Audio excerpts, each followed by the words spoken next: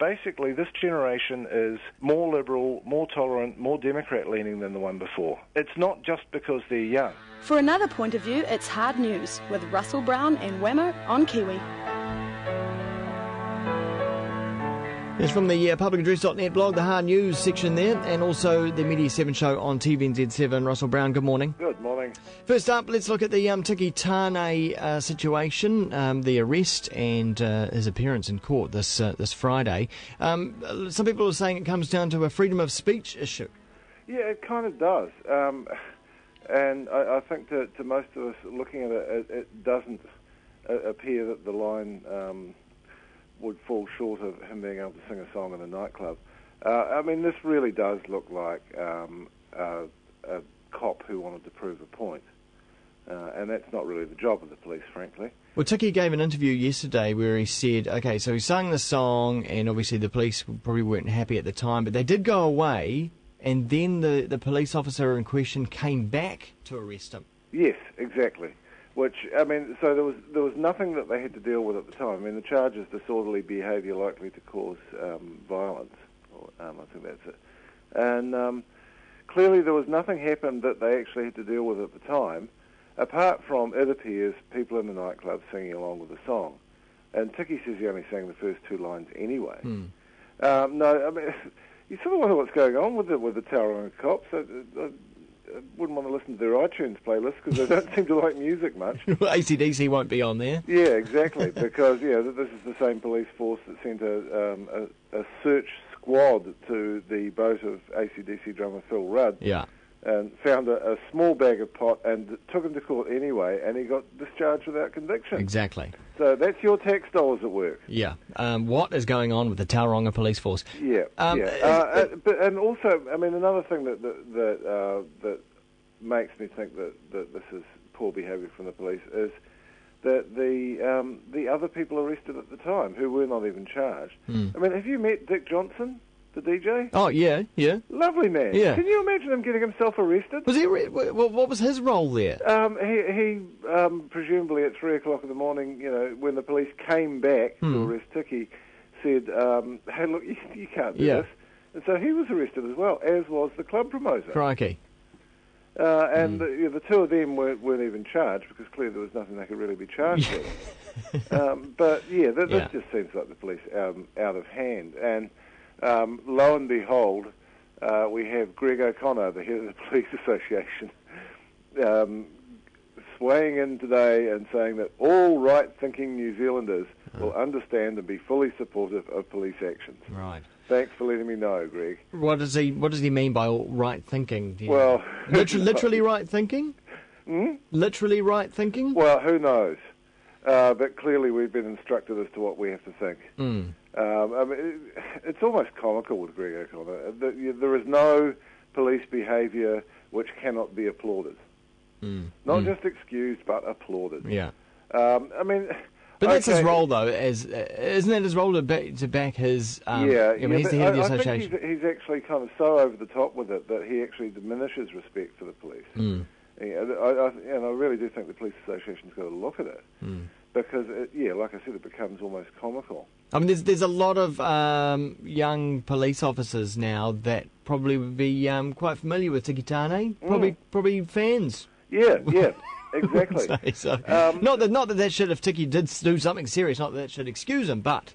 No, but it doesn't appear that anything serious happened at all. And on the other hand, you do have to have some sympathy with the police in a crowded bar, late at night like that. And if people did start singing along to the song, that's an awkward situation. It doesn't appear that anything actually happened. Is there a precedent set in the past, in New Zealand's past, and with live concerts? There's a couple of ones have been talked about. One was Zero from the Suburban Reptiles at the 1978 Riverhead Festival, where she said the F word on stage. Ooh. But that was a straight-up obscenity case. Yeah. And that actually set quite a big precedent because the court said, well, there's no absolute here. It depends on context and who's hearing it. Yeah. And, a bunch of scruffy people at a rock festival probably will cope. The one that might be more applicable is the Dave Dobbin case, which was shortly before the Aotea Square riots. I mean, the key thing that caused that riot, I was there, was the police action. It was astonishingly inept. But Dave's famous lines, why don't those police over the back there go away and stop wanking with their little batons? New Zealand's most offensive musician, Dave Dobbin, ladies and gentlemen. New Zealand's most offensive musician. Exactly. But that got all the way to court and was incredibly stressful for him. I think it took about a year to wash out. Yeah. And eventually he was acquitted because he clearly had made no incitement to violence. This case is slightly different because there was clearly no violence, but possibly when you look at the lyrics of the song, maybe there is. But he didn't even sing the whole song. So I really hope he pleads not guilty because I don't think he should get a conviction like this. And then do we need an absolutely right-thinking judge to throw it out on Friday? Yeah, well, I suspect this is going to be the kind of case that will rest heavily on who the judge is, because you can imagine a conservative, grumpy judge having none of it, and you can imagine a judge who values civil liberties telling the police not to waste his time. So who knows what will happen. Interesting. Okay, well, we'll move on to that, and just quickly another update on the ultra-fast broadband bill that's going through Parliament. Yeah, this is bizarre.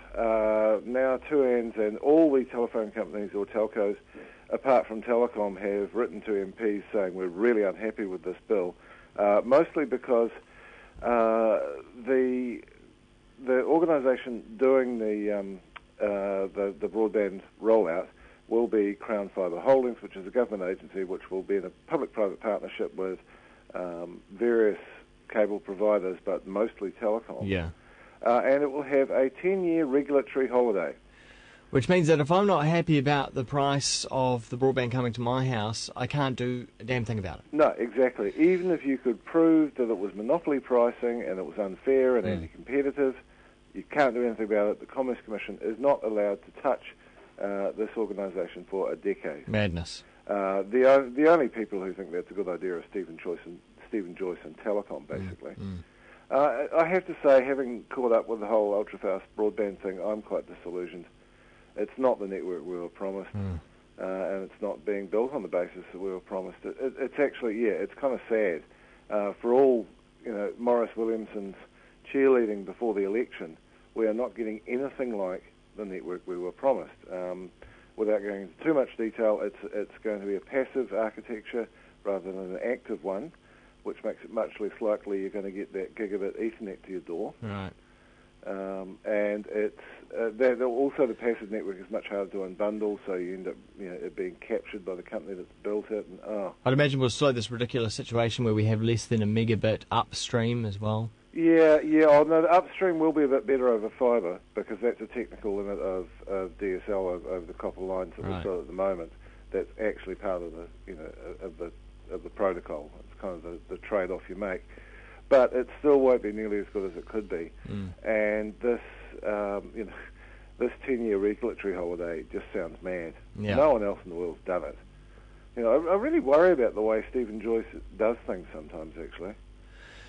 He's dictatorial. Would another government promise to do things differently? Well, I think Labour, if they've got any sense, would actually get onto this as an issue where they can say, look, we actually can do this properly, because particularly under David Cunliffe, they actually did telecommunications regulation really well. It took them a long time. At the moment, Phil Goff really isn't abreast of this. He's aware of it, but when I spoke to him, he said, you really need to talk to Claire Curran because she's across it. But I would have thought, though, that this is as important as electricity, water, all these other things that are important to life in New Zealand. Yeah, that our leaders need to be across this. Yeah, and it's unforgivable that Goff's not across it, and with all due respect to Claire Curran, I don't think she's up on it enough. They should be detailing Cunliffe, who was knee-deep in this stuff for years, to lead the way on this. It's such an obvious one, and I think, God, you do despair of their strategy, actually, Labour under Phil Goff, because this is one which is where they can actually make a case to a business constituency that they're better and that their policy will be better for business than national. And, it's a handy thing to be able to do. So here's the thing, Ross. We just want our nets, right? We want our internets. We want them fast. This isn't going to be solved until the new crop of politicians come through who've grown up with this stuff and who know how important this stuff is. This current crop that are in charge now, they barely use it. It's something that their kids do. Yeah, quite. So that's the problem. But there are a few there, and like I say, I can't understand why they have not got Cunliffe out in front on this, because he actually does get it. There's another thing, before the Commerce Commission gets sent to the corner, it's doing one final thing, which is a study of demand-side issues for ultra-fast broadband, which will include things like peering and data caps, but also content. And Sky Television's lock on TV content in New Zealand is actually going to become quite an issue. Yeah, and net neutrality becomes a big issue. Net neutrality is a big issue as well. And there doesn't really seem to be anyone, standing up and leading the way here, frankly. Yeah. All right. Well, we'll talk to you in 2 weeks, Russell. Yes, okay. Have a good break. Cheers, thanks. See ya. See ya. Russell Brown at publicaddress.net and the Hard News blog there in Media 7 Show TV.